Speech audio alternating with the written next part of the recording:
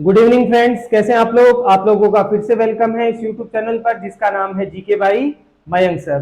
दोस्तों, आज हम यहाँ पर एक नया टॉपिक लेने जा रहे हैं और हमारा जो टॉपिक रहेगा वो रहेगा राजस्थान की प्रमुख सभ्यताएं। ठीक है, सभ्यताएं या पुरातात्विक स्थल दोनों एक ही मतलब वर्ड होते हैं, दोनों का मतलब भी एक ही होता है। ठीक है, सभ्यताएं या पुरातात्विक स्थल का मतलब ये हो गया कि ऐसी जगह जहां पर हमारे जैसे लोग रहा करते थे पुराने समय में और किसी घटना के कारण वो जो सभ्यता है वो समाप्त हो गई। ठीक है, यानी कि वहां पर मानव जीवन जो है वो समाप्त हो गया। ठीक है, तो इन्हीं पुरानी जो मानव बस्तियां थी उन्हीं को हम क्या कह देते हैं, पुरातात्विक स्थल कह देते हैं या उन्हें ही हम पुरानी सभ्यताएं कह देते हैं। ठीक है, देखो अगर बात की जाए इतिहास की, अगर देखो इतिहास की बात की जाए राजस्थान के इतिहास की, तो राजस्थान के इतिहास को हम तीन भागों में बांटकर पढ़ते हैं। राजस्थान का जो इतिहास है इसे हम तीन भागों में बांटते हैं। देखो जो सबसे पहला भाग है उसे हम कहते हैं प्रागैतिहासिक, प्रागैतिहासिक काल। ठीक है, जो सेकंड भाग है वो कहलाता है आद्य इतिहास। ठीक है, और थर्ड जो भाग है वो कहलाता है नूतन या नवीन इतिहास। ठीक है, देखो प्रागैतिहासिक काल जो है ये मानव सभ्यता की शुरुआत का समय है। ठीक है, इस वक्त इंसान ने न तो लिखना सीखा और न ही पढ़ना सीखा था। ठीक है, तो इंसान ने न तो इस काल में लिखना सीखा न पढ़ना सीखा। तो इस काल की जानकारी हमें किससे प्राप्त होती है, तो इस काल की जानकारी हमें प्राचीन साक्ष्यों से प्राप्त होती है। जो भी साक्ष्य मिलते हैं जैसे औजार हो गए, बर्तन हो गए, मोहरे हो गई, जो भी चीजें पुरानी जो भी चीजें मिलती है उन्हें हम प्राचीन साक्ष्य कहते हैं। तो इस काल की जो जानकारी है वो हमें प्राचीन साक्ष्यों से मिलती है, न कि किसी रिटर्न साहित्य से। ठीक है, इस काल में लिखना पढ़ना इंसान ने नहीं सीखा था। मुख्यतः बात करें तो इस युग में आ जाता है पाषाण काल। ठीक है, पाषाण काल जो है वो इस टाइम पीरियड में आता है जिसको हम प्रागैतिहासिक काल में रखते हैं। देखो नेक्स्ट अगर बात की जाए तो आद्य इतिहास। आद्य इतिहास का मतलब यह है कि इंसान ने लिखना तो सीख लिया था, ठीक है, लेकिन हम उसे पढ़ नहीं पाए। ठीक है, यानी कि कहने का मतलब यह है कि इस काल में इंसान ने लिपि तो विकसित कर ली थी लेकिन उस लिपि को हम लोग पढ़ नहीं पाए। ठीक है, तो इसीलिए इसको आद्य इतिहास में डाला गया है। ठीक है, जैसे इस काल में जो लिपि थी वो लिपि प्रचलित थी इस काल में सर्पिलाकार लिपि, सर्पिलाकार लिपि, या इसी को ही बुस्टोफिदेन, बुस्टोफिदेन लिपि कहा जाता है। ठीक है, या इसी को गोमुख लिपि भी कहा जाता है, गोमुख लिपि भी कहा जाता है। ये लिपि जो है ये पढ़ी नहीं गई। ठीक है, मान लो ऐसे सर्पिलाकार लिपि बनी हुई है तो इसको पढ़ा नहीं जा सका है अभी तक, इसीलिए इसको आद्य इतिहास में रखा गया है। और इसमें मुख्य रूप से आ जाएगा हमारे सिंधु घाटी। ठीक है, सिंधु घाटी सभ्यता आ जाएंगी और कुछ कांस्य युगीन और ताम्र युगीन सभ्यताएं भी इसके अंदर आ जाएगी। ठीक है, नूतन या नवीन इतिहास की बात की जाए तो ये जो सारा इतिहास है ये लिखित है। ठीक है, तो इस इतिहास की जानकारी हमें लिखित साहित्यों के द्वारा मिल जाती है और इन साहित्यों को पढ़ा भी जा चुका है। ठीक है, तो इतिहास को हम तीन भागों में बांट कर पढ़ते हैं। प्रागैतिहासिक काल, इसके अंदर पाषाण काल आ जाएगा। आद्य इतिहास लिखा तो गया है परंतु पढ़ा नहीं गया है। तो आद्य इतिहास की लिपि कौन सी है, इंपोर्टेंट है, ध्यान रखना, सर्पिलाकार लिपि, बुस्टोफिदेन लिपि या गोमुख लिपि। इसके अंदर आ जाएगा सिंधु घाटी सभ्यता।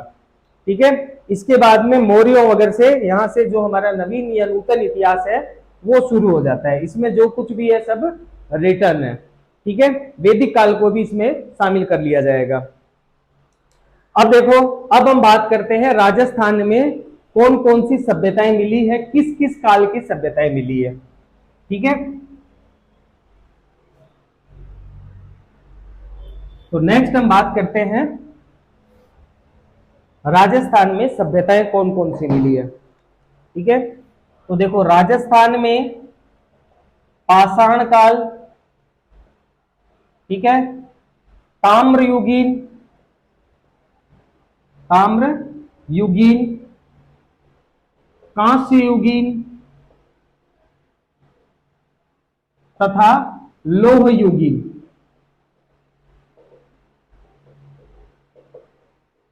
सभ्यताओं के साक्ष्य मिले हैं।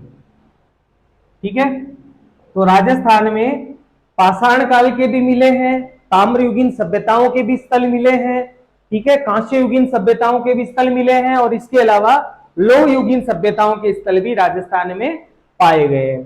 ठीक है, अगर हम बात करें पाषाण काल की, अगर हम बात करें पाषाण काल की, तो इस काल को पाषाण काल क्यों कहा जाता था?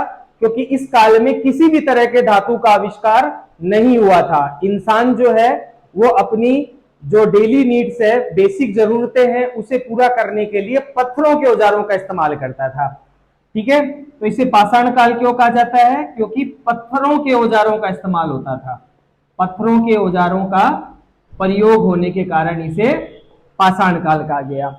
अब ये जो पाषाण काल है, इस पाषाण काल को भी 3 भागों में बांटा गया है।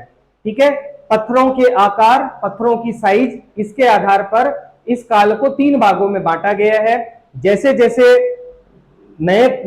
जैसे जैसे आधुनिक जमाना आता गया, ठीक है, वैसे वैसे पत्थरों का जो आकार है वो छोटा होता गया और तीखा होता गया। ठीक है, तो अगर हम बात करें तो सबसे पहला जो पाषाण काल है वो कहलाता है पूरा पाषाण काल, पूरा पाषाण काल। ठीक है, सबसे प्राचीन पाषाण काल यही है।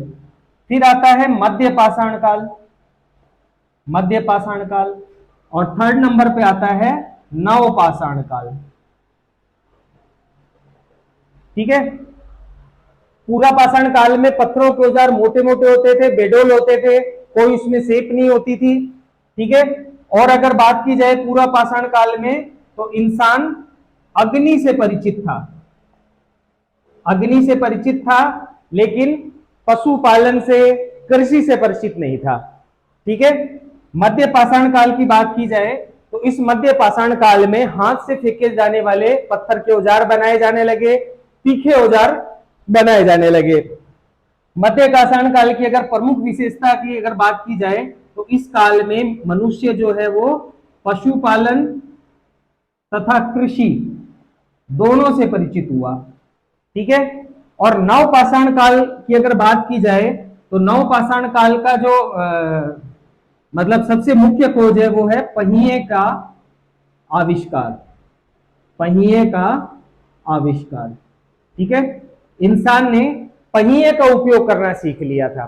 ठीक है, देखो अग्नि का आविष्कार, पहिए का आविष्कार और एक इलेक्ट्रिसिटी, विद्युत का आविष्कार, ये जो 3 आविष्कार हैं ये सबसे इंपॉर्टेंट आविष्कार माने गए हैं। ठीक है, तो ये बात हो गई नव पाषाण काल की।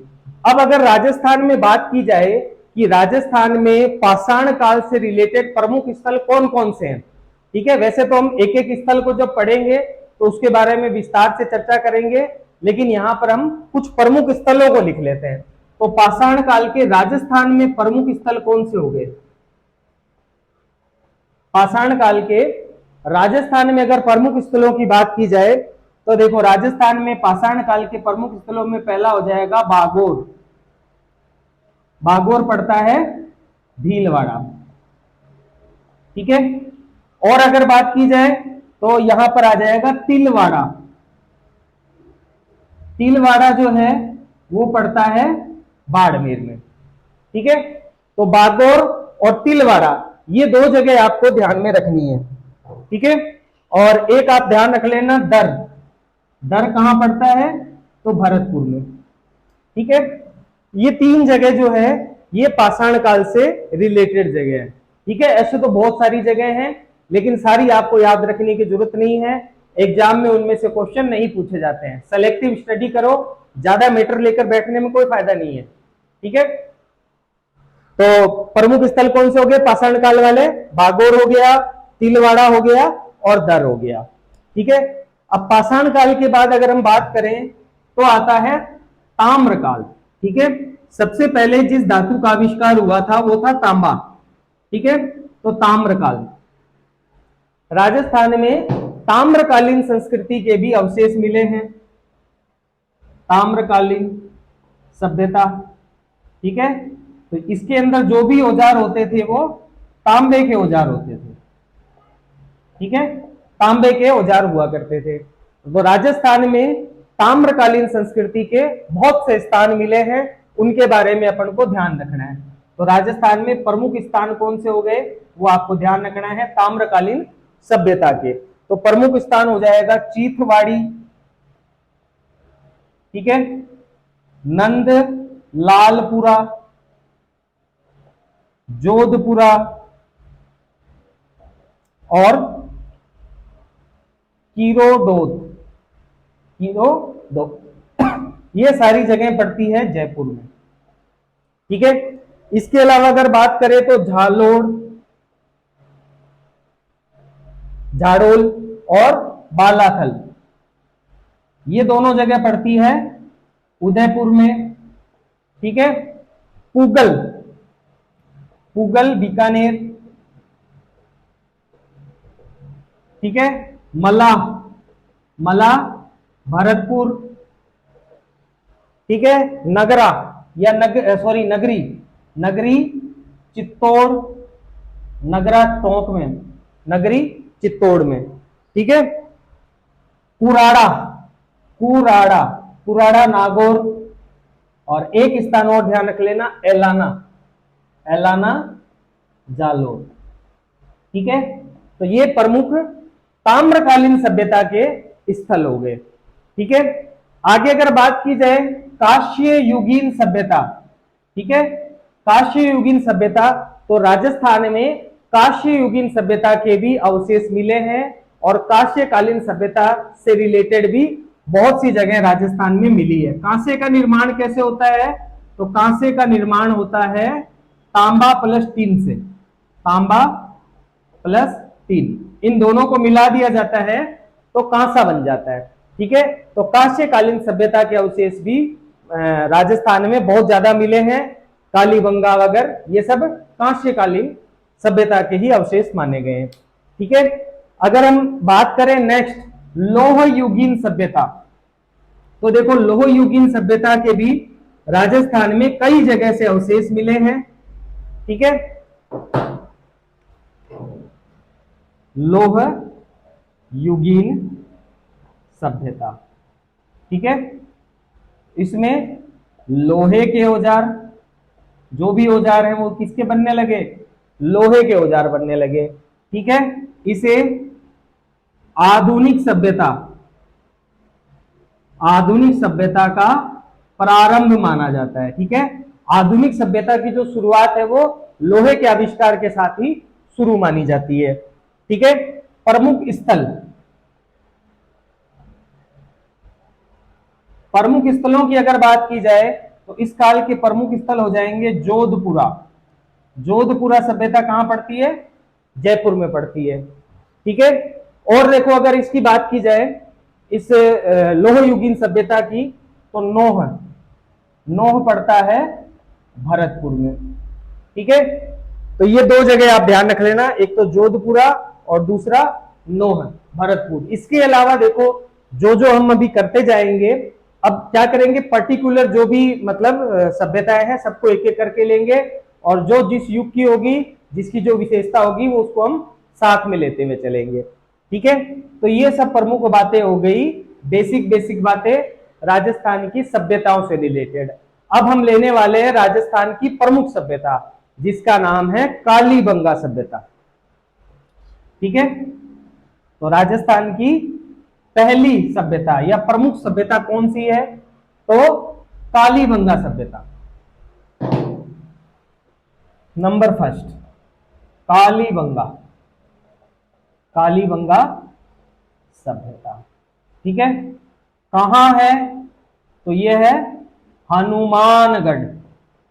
ठीक है, हनुमानगढ़ राजस्थान में। ठीक है, और अगर बात की जाए नदी, तो किस नदी के किनारे है, तो ये घग्गर नदी, ठीक है, द्वेषवती, मृत नदी, या इसको नट नदी भी कहते हैं, नट नदी, इसके बाईं ओर स्थित है। ठीक है, तो कालीबंगा का नदी का भी ध्यान रखना, किस नदी के किनारे है, मेनली घग्गर नदी ऑप्शन में दिया जाता है। ठीक है, अब अगर पूछा जाए कालीबंगा का शाब्दिक अर्थ क्या होता है, कालीबंगा का शाब्दिक अर्थ क्या होता है, तो कालीबंगा का शाब्दिक अर्थ होता है काले रंग की चूड़ियां, काले रंग की चूड़ियां। ठीक है, अब अगर बात की जाए कालीबंगा की सर्वप्रथम जानकारी, सर्वप्रथम जानकारी कौन दे रहा है, तो कालीबंगा की जो सर्वप्रथम जानकारी है वो दे रहा है एलपी टेसीतोरी, टेसीतोरी। ठीक है, एलपी का मतलब हो गया लुइजी पियो, लुइजी पियो टेसीतोरी। ठीक है, एलपी टेसीतोरी जो है वो कालीबंगा सभ्यता की सर्वप्रथम जानकारी दे रहा है, और इस चीज की पुष्टि कौन कर रहा है, ठीक है, तो इस चीज की पुष्टि कर रहा है आरिन स्टीन। ठीक है, सबसे पहले जानकारी तो दे रहा है लुइजी पियो, एलपी टेसीतोरी, लुइजी पियो टेसीतोरी सर्वप्रथम कालीबंगा सभ्यता की जानकारी दे रहे हैं। इसकी बात की पुष्टि कौन कर रहा है, आरिन स्टीन कर रहा है, आरिन स्टीन कह रहा है हाँ भाई एक कालीबंगा सभ्यता है। ठीक है, और अगर बात की जाए तो इसका वास्तविक खोजकर्ता, कालीबंगा सभ्यता का जो वास्तविक खोजकर्ता है वो किसे कहा गया है, तो कालीबंगा सभ्यता का वास्तविक खोजकर्ता कहा गया है अमलानंद घोष को। ठीक है, 1952 में इन्होंने इसकी खोज की थी। ठीक है, और अगर बात की जाए कालीबंगा की, तो कालीबंगा का उत्खनन, उत्खनन मतलब कि इसकी खुदाई कब हुई है, तो कालीबंगा की 1961 से लेकर 69 के बीच में, ठीक है, 9 बार खुदाई हुई है, 9 बार खुदाई की गई। ठीक है, अब कालीबंगा की खुदाई करने वाले व्यक्ति कौन थे, तो उनका भी नाम आपको ध्यान में रखना है। पहला व्यक्ति है बीवी लाल, बीवी लाल। ठीक है, और दूसरा व्यक्ति जो है वो है बीके थापर, बीके थापर। ठीक है, बीके थापर का मतलब हो गया बाल कृष्ण थापर, शॉर्टकट नाम ही बीके थापर वगैरह यही देखने को मिलेगा। बीवी लाल का मतलब हो गया ब्रिज लाल। ठीक है, ब्रिजवासी लाल, ब्रिजवासी लाल। ठीक है, बीबी लाल का मतलब हो गया ब्रिजवासी लाल। ठीक है, तो ये अब शॉर्ट में नाम चलेंगे बीबी लाल और बीके थापर। तो उत्खनन करता कौन हो गए, ये देखो ये इसकी बेसिक जानकारी है जिसके ऊपर से सीधा एक लाइन वाला क्वेश्चन उठाकर पूछ दिया जाता है। तो इसको आप लोगों को बहुत ही ढंग से याद करना है। इंपॉर्टेंट लाइन इसमें ये हो जाएगी, वास्तविक खोजकर्ता कौन है, इसका शाब्दिक अर्थ इसका ध्यान रख लेना, नदी इसकी ध्यान रख लेना, कौन सी नदी की ये किनारे है। ठीक है, और देखो अगर इसकी बात की जाए तो इसका काल, कालीबंगा सभ्यता का जो काल है वो काल माना गया है 2350 से लेकर 1750 ईस्वी, ईसा पूर्व। ठीक है, BC, before Christ, Isa Masih के जन्म से पहले का समय ईसा पूर्व में चलता है। ठीक है, तो इसका काल 2350 से 1750 ईसा पूर्व माना गया है। अब ये जो बीके थापर है ना, बीके थापर इसका काल अलग बता रहे हैं। बीके थापर इसका जो काल है वो बता रहे हैं 2300 ईसा पूर्व। ठीक है, और ये जो काल निकाला गया है 2350 से 1750 ईसा पूर्व, ये रेडियो कार्बन पद्धति, रेडियो कार्बन पद्धति यानी कि C14 से निकाला गया है। ठीक है, देखो ये क्या होता है कि कोई भी चीज होती है, उसको अगर आप बाहर खुली हवा में या कहीं पे भी छोड़ दोगे तो उसके ऊपर धीरे धीरे ऑक्सीजन से प्रतिक्रिया होती है और उस पर कार्बन जमने लगता है। तो ये जो मशीन है उसी कार्बन की उम्र पता करती है कि भाई ये कार्बन कितने सालों से जम रहा है, 1000 साल से, 100 साल से, 10 साल से।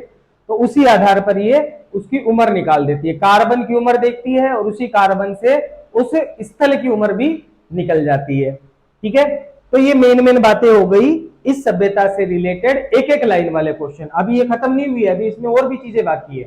ठीक है, तो अब अगर देखो बात करें तो कालीबंगा की कुछ विशेषताएं हैं।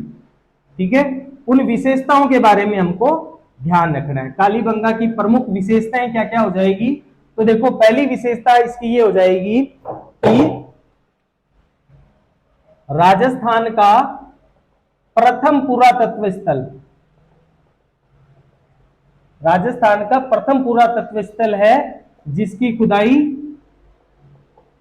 स्वतंत्रता के बाद हुई, स्वतंत्रता के बाद शुरू हुई। ठीक है, प्रथम स्थान तो कौन सा हो गया, कालीबंगा हो गया। आप द्वितीय स्थान भी ध्यान रख लो, दूसरा स्थान कौन सा है जहां दूसरे नंबर पे खुदाई हुई, तो वो हो गया रोपड़, पंजाब। ठीक है, और देखो अगर कालीबंगा की बात की जाए तो प्रोफेसर दशरथ शर्मा, प्रोफेसर दशरथ शर्मा कालीबंगा को, कालीबंगा को सिंधु सभ्यता की, सिंधु सभ्यता की तीसरी राजधानी बता रहे हैं। कौन सी राजधानी, तीसरी राजधानी बता रहे हैं।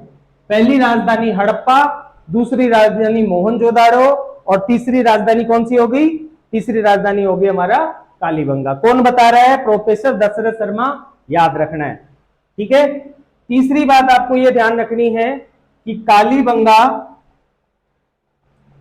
भारत का तीसरा बड़ा, भारत का तीसरा सबसे बड़ा पुरातत्व स्थल है। ठीक है, पहला हो जाएगा राखीगढ़ी, सबसे बड़ा। अगर पूछा जाए भारत का सबसे बड़ा पुरातात्विक स्थल कौन सा है तो राखीगढ़ी, राखीगढ़ी पड़ेगा हरियाणा। नंबर 2 धोलावीरा, धोलावीरा पड़ेगा गुजरात में। और नंबर 3 हो जाएगा कालीबंगा, कालीबंगा में पता ही है। ठीक है, नंबर 4 याद रखना है कि केनेडी महोदय, केनेडी महोदय ने इस सभ्यता यानी कालीबंगा सभ्यता के विनाश का कारण, कालीबंगा सभ्यता के विनाश का कारण महामारी को माना है। ठीक है, इनका ऐसा मानना था कि इस कालीबंगा सभ्यता में कोई महामारी फैल गई, इस कारण से ये जो कालीबंगा सभ्यता है ये खत्म हो गई। ठीक है, नंबर 5 अगर इसकी बात की जाए तो ये है कांस्य युगीन सभ्यता है। ये कैसी सभ्यता है, कांस्य युगीन सभ्यता है। ठीक है, और अगर बात की जाए कालीबंगा पे तो देखो 1961 में कालीबंगा पर 90 पैसे का डाक टिकट जारी हुआ, 90 पैसे का डाक टिकट, डाक टिकट जारी किया गया। ठीक है, ये सब क्या है, ये सब कालीबंगा की विशेषताएं हैं। इनको याद रखना है, इनके ऊपर से डायरेक्ट क्वेश्चन उठाकर पूछ लिया जाता है। ठीक है, तो देखो अगर और बात की जाए कालीबंगा की विशेषताओं की तो 6 तक हमने कर ली। नंबर 7 देखो, नंबर 7, नंबर 7 हो जाएगा विश्व के प्राचीनतम जुते हुए खेतों का प्रमाण, जुते हुए खेतों का प्रमाण मिला है। ठीक है, कृषि का सबसे पुराना जो प्रमाण है वो तो भीलवाड़ा बागोर से मिला है। जुते हुए खेतों का जो सबसे प्राचीनतम प्रमाण है दुनिया में वो कहां से मिला है, कालीबंगा से मिला है। ठीक है, और अगर देखा जाए तो यहां पर 2 फसलें एक साथ बोई जाती थी।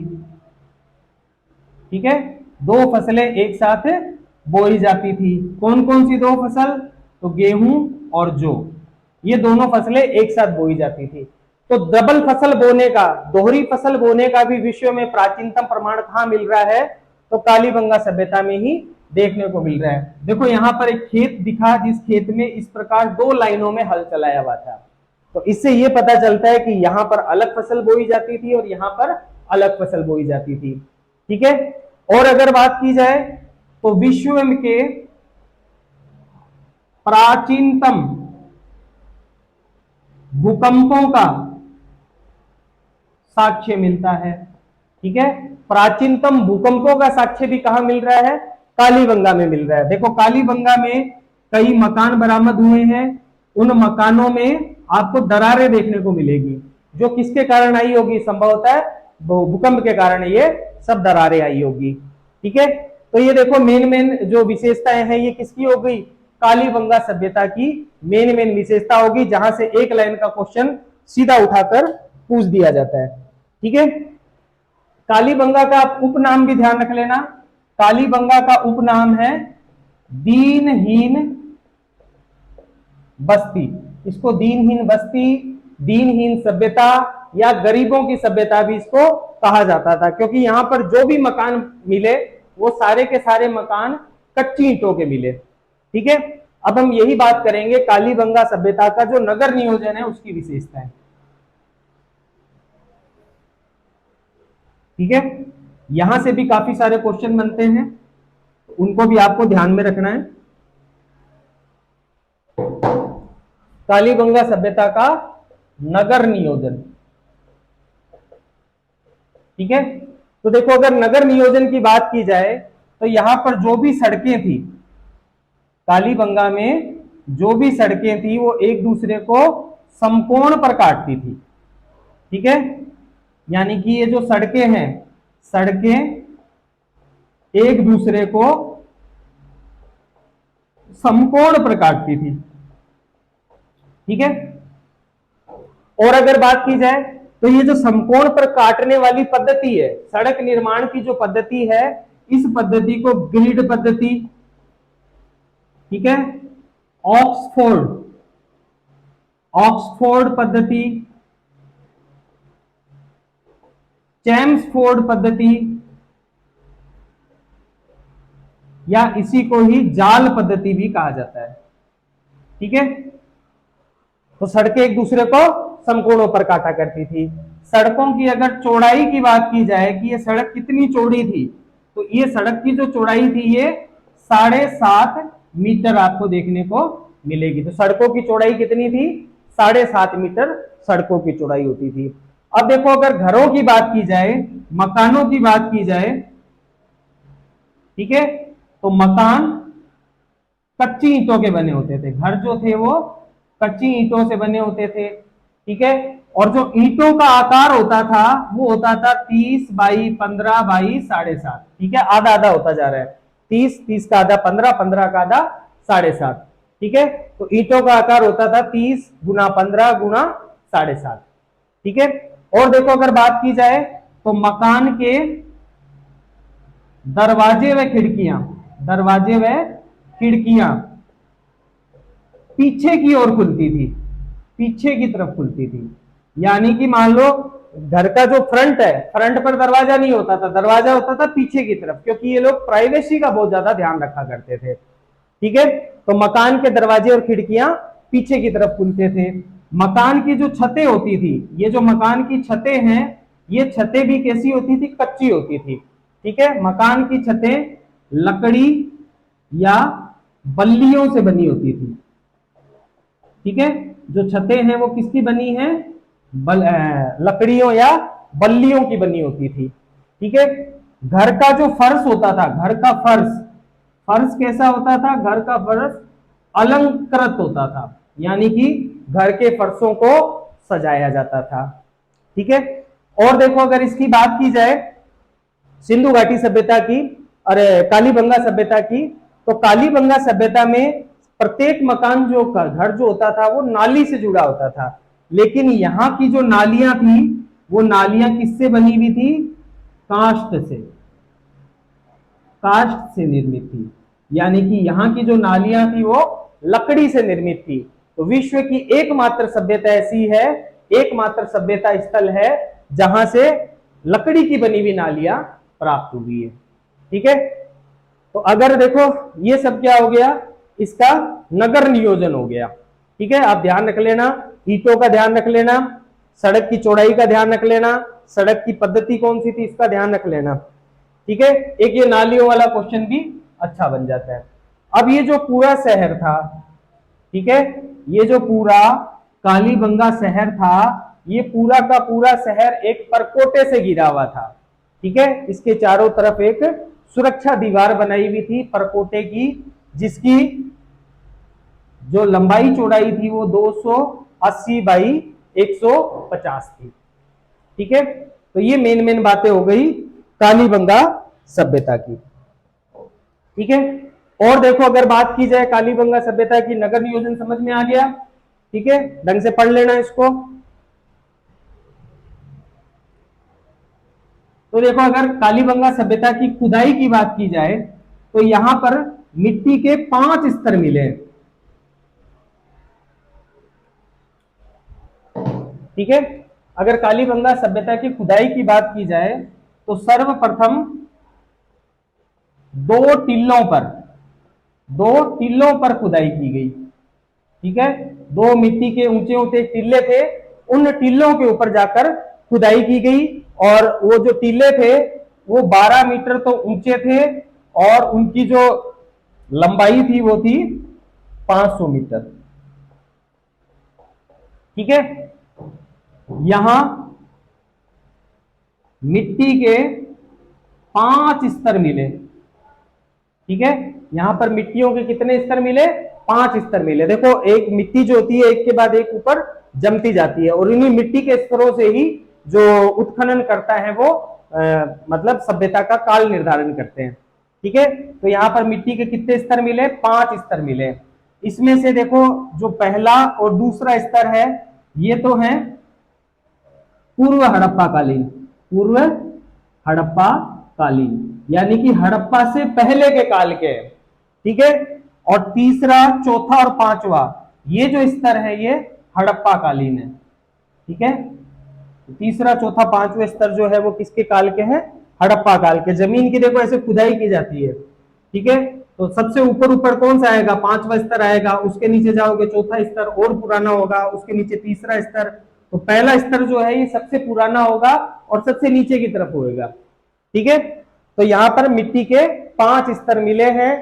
ठीक है, खुदाई में 5 स्तर मिले। पहला दूसरा स्तर तो हड़प्पा काल से संबंधित है, तीसरा चौथा पांचवा स्तर हड़प्पा काल से संबंधित है, पहला दूसरा पूर्व हड़प्पा कालीन है। ठीक है, आजकल देखो ट्रेंड बदल गया, इसी टाइप के क्वेश्चन पूछे जाते हैं कि कालीबंगा सभ्यता के उत्खनन के प्रथम और दूसरे चरण में किस सभ्यता के समकालीन अवशेष मिले हैं? तो पूर्व हड़प्पा कालीन, उत्तर हड़प्पा कालीन, हड़प्पा कालीन, या कोई और ऑप्शन दे सकता है वो। तो इस तरह के क्वेश्चन आजकल एग्जाम में पूछे जाते हैं, इसको विशेष रूप से आप लोग ध्यान रखना। ठीक है, नेक्स्ट देखो अगर बात की जाए तो यहां से और भी कुछ साक्ष्य मिले हैं, उन साक्ष्यों को आप ध्यान रख लेना। यहां पर और भी साक्ष्य मिले हैं जिनमें है सिलबट्टा। ठीक है, सिलबट्टा मिला है, नाप तोल के बाट मिले हैं। ठीक है, तांबे के आभूषण मिले हैं यहां से। ठीक है, इसके अलावा मोहरे वगैरह ये सब चीजें मिलती रहती है। ठीक है, और अगर बात की जाए तो तंदूर चूल्हा, और ये जो तंदूर है ये सामूहिक तंदूर था, मतलब यहां पर एक साथ खाना बनाया जाता था। ठीक है, तो तंदूर चूल्हा भी यहां से प्राप्त हुआ है। और इंपॉर्टेंट क्वेश्चन यहां से बन सकता है ये कि सामूहिक तंदूरी चूल्हा कहां से प्राप्त हुआ है? तो कालीबंगा से प्राप्त हुआ है। ठीक है, इंपॉर्टेंट कर लेना, इसको याद कर लेना, एग्जाम में बहुत जल्दी छपेगा। ठीक है, तो ये मेन मेन बातें होगी कि यहां से और क्या क्या साक्ष्य हमको प्राप्त हुए हैं कालीबंगा सभ्यता से। ठीक है, और देखो अब हम बात करेंगे इनके धार्मिक जीवन की और इनके शमशान घाटों की, यानी कि अंतिम संस्कारों की बात करेंगे। ये जो दुर्ग था ना, जो अभी हमने बात करी थी कि जिसके चारों तरफ परकोटा था, उस परकोटे से 300 मीटर की दूरी पर एक शमशान स्थल मिला है, तो शमशान स्थल के ऊपर भी हम लोग चर्चा करेंगे। ठीक है, अभी खत्म नहीं हुआ कालीबंगा। कालीबंगा में देखो नेक्स्ट आपको ध्यान रखना है इसका धार्मिक जीवन। धार्मिक जीवन, तो इनका धार्मिक जीवन कैसा था? तो यहां से आयताकार चबूतरे पर, आयताकार चबूतरे पर 7 अग्नि वेदिकाएं प्राप्त हुई। ठीक है, दूसरा यहां से स्वास्तिक स्वास्तिक चिन्ह का प्रमाण मिला है। ठीक है, यहां से एक सिक्का मिला। ठीक है, यहां से एक सिक्का मिला। इस सिक्के में एक तरफ तो किसकी, मातृ देवी की तस्वीर है, मातृ देवी का चित्र है। ठीक है, और दूसरी तरफ जो है वो व्याघ्र या चीता का चित्र है। ठीक है, तो मातृ देवी का चित्र होने से क्या पता चलता है कि यहाँ का जो समाज था वो कैसा था, यहाँ का समाज मातृ सत्तात्मक समाज था। ठीक है, यहाँ का जो समाज था वो कैसा था, मातृ सत्तात्मक था। हम लोगों का समाज कैसा है, पितृ सत्तात्मक। मतलब हमारे घर का मुखिया कौन होता है, पिता होता है। यहाँ पर घर की मुखिया कौन होती है, महिला होती है। तो जिस घर में घर की मुखिया महिला होगी वो समाज क्या कहलाएगा, मातृ सत्तात्मक समाज कहलाएगा। ठीक है, और अगर बात की जाए तो पुरोहितों का समाज में ऊंचा स्थान था। ठीक है, पुरोहितों का जो समाज में था वो बहुत ऊंचा स्थान था। ठीक है, यह लोग वास्तु शास्त्र से भी परिचित थे, वास्तु सार से परिचित थे, शास्त्र नहीं होगा, वास्तु सार से परिचित थे। ठीक है, बलि प्रथा का प्रचलन था। ठीक है, यहां पर बलि प्रथा का भी प्रचलन था। ठीक है, और अगर बात की जाए तो कालीबंगा से मूर्ति पूजा का कोई प्रमाण नहीं मिला। ठीक है, तो कालीबंगा से मूर्ति पूजा का कोई भी प्रमाण नहीं मिलता है। और एक बात स्पेशली यहां पर नोट लगाकर लिख देता हूं। ठीक है, इसको मोस्ट इंपोर्टेंट कर लेना, इसको याद भी कर लेना कि कालीबंगा सभ्यता से कोई भी मातृ देवी की मूर्ति प्राप्त नहीं हुई। पूरी सिंधु घाटी सभ्यता में एकमात्र स्थान ऐसा है जहां से कोई भी मातृ देवी की मूर्ति प्राप्त नहीं हुई। ठीक है, नोट लगाकर लिख देता हूं, कोई भी मातृ देवी की मूर्ति प्राप्त नहीं हुई।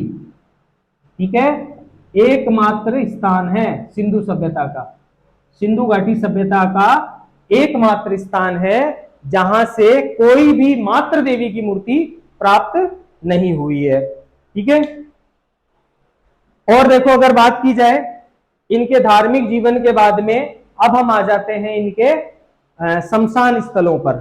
ठीक है, 3 प्रकार के शमशान स्थल प्राप्त हुए हैं, उनके ऊपर भी हम अभी चर्चा कर लेते हैं। ठीक है, धार्मिक जीवन के बाद अगर हम बात करते हैं तो इनका शमशान स्थल,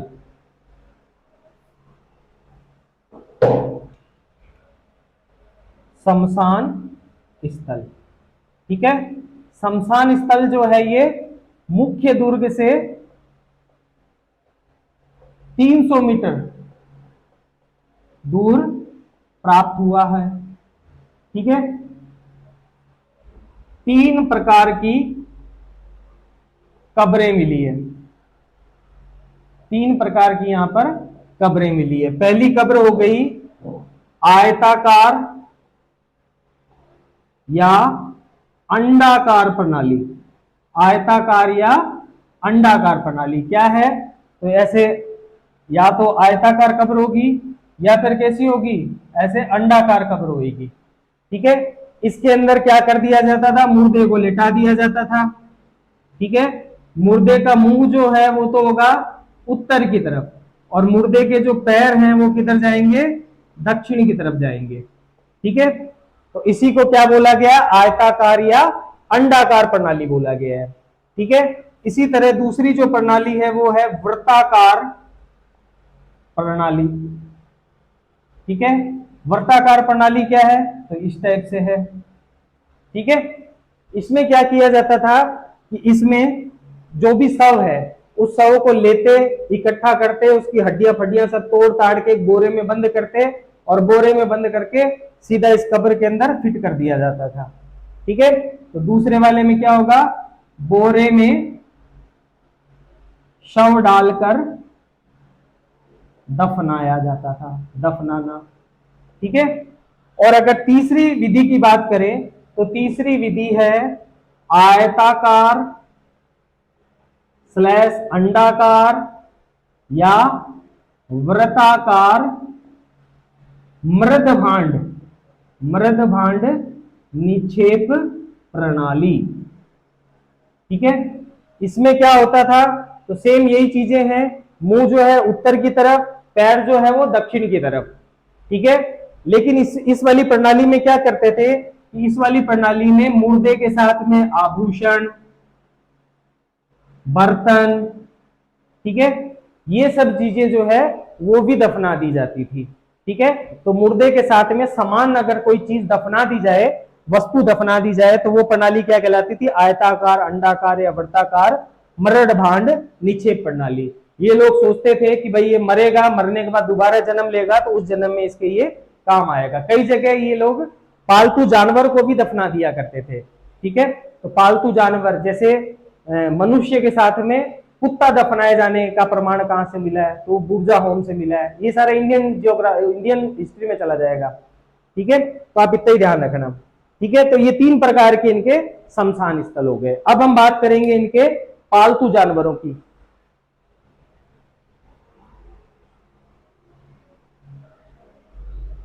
तो सिंधु घाटी सभ्यता के प्रमुख स्थल है कालीबंगा, और यहां के हम बात कर रहे हैं पालतू जानवर की, पालतू जानवर। ठीक है। तो कुत्ता इनका सबसे प्रिय था, कालीबंगा की बात हो रही है, प्रिय जानवर था। ठीक है। कुत्ते के अलावा ऊंट, बकरी, भेड़ से भी परिचित थे। ठीक है। ये लोग कुत्ते के अलावा ऊंट, बकरी, भेड़ आदि से भी परिचित थे। ठीक है। और अगर बात करें हम यहां तो शल्य क्रिया के प्रमाण, यहां से शल्य क्रिया के प्रमाण भी मिले। कैसे मिले, तो यहां से खोपड़ी प्राप्त हुई है। ठीक है। यहां से क्या हुआ है, एक खोपड़ी प्राप्त हुई है। ऐसे खोपड़ी है, उस खोपड़ी में 6 जगह छेद हुए हुए हैं। ठीक है। तो ये छेद कैसे हुए गए, शल्य चिकित्सा से ये छेद किए गए थे, यानी दिमाग में सुराग बनाकर कोई ना कोई इसका इलाज किया गया था। ठीक है। आधुनिक साइंस में मतलब इसका अध्ययन किया गया, मतलब इस खोपड़ी को ले जाकर इसका अध्ययन किया गया। ठीक है। तो इस खोपड़ी के अंदर